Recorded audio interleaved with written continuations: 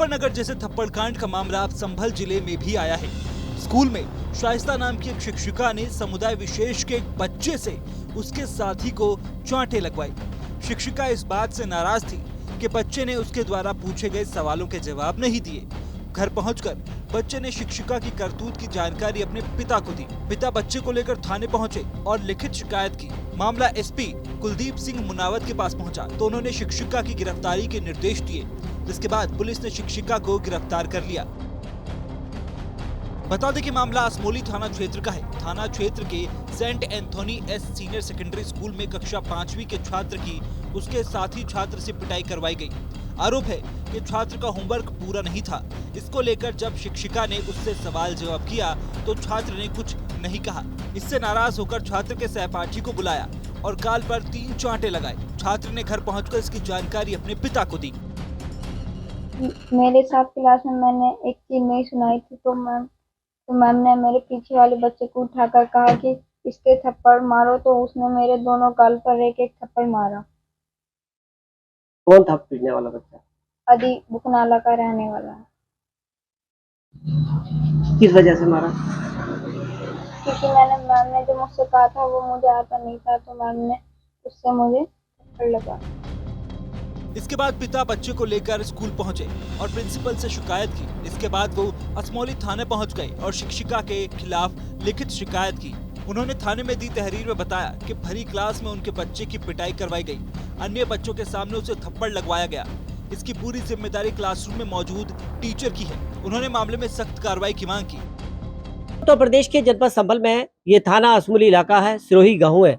सिरोही गाँव है, जहाँ पर एक बच्चे का प्रकरण आया है। अभी मुजफ्फरनगर का प्रकरण ठंडा नहीं हुआ है कि जिस तरह से थप्पड़ कांड लगातार चलता नजर आ रहा है। आज फिर वही काम इस असमोली इलाके के एक स्कूल है जहां पर इस बच्चे के साथ किया गया है। वहां की जो एक टीचर है जिसका नाम शाइस्ता बताया जा रहा है, और जिस तरह से बच्चा मेरे साथ है, उनके पापा है, मानव इसका नाम है, क्लास में काम नहीं करने के बाद दूसरे समुदाय के बच्चे से इसको पीटा गया। आखिर क्या वजह रही और किस तरह से ये प्रकरण सामने आया है, उनके पिता मेरे साथ है। सर, क्या वजह मान रहे हैं, किस तरह से पिटाई की गई है? देखिए, वजह तो मैं कुछ नहीं कह सकता कि उनकी मानसिकता किस तरह की रही है। वो खुद बच्चे को पनिश दे देती, लेकिन उन्होंने दूसरे बच्चे पनिश दिलाई, इसका थोड़ा एहसास है अभी। और बच्चे को बहुत दुख है, बच्चा बहुत डिप्रेशन में है सर। और इसीलिए मैंने फिर कल एक एप्लीकेशन थाने में दी कि भाई मेरा बच्चा डिप्रेशन में है, वो कोई अनहोनी ना कर ले। कई बार बच्चे ज़्यादा ले आते हैं अपने अंदर, तो मैं यही चाहता हूँ कि वो स्कूल में ना रहे। तहरीर मिलने के बाद थाना प्रभारी ने एसपी कुलदीप सिंह मुनावत को मामले से अवगत कराया। एसपी के निर्देश पर पहले तो महिला टीचर के खिलाफ एफआईआर दर्ज की गई, फिर पुलिस ने उसे गिरफ्तार भी कर लिया। वहीं saint Anthony's senior secondary school के प्रिंसिपल सेमिना गैलेक्सी मॉल ने शिक्षिका पर एक्शन लिया और उसे स्कूल से निलंबित कर दिया। From our side, we came to know yesterday because from parents' side we didn't get any information. So we came to know from yesterday evening, and we took action from our management side. We have given suspension for her. We took action from our side, and we have got a affidavit from all the teachers for punishments or any other things. We got the affidavit also. It's also with us, and we suspended from our side. ASP Shrish Chandra ने बताया कि मामले का संज्ञान लेते हुए शिक्षिका पर कार्रवाई की गई है। बच्चे के पिता ने गंभीर आरोप लगाए थे। एसपी कुलदीप सिंह गुनावत के निर्देश मिलते ही तत्काल शिक्षिका को गिरफ्तार कर लिया गया। स्कूल से भी उसे निलंबित कर दिया गया है। मामले में आगे की कार्रवाई की जा रही है।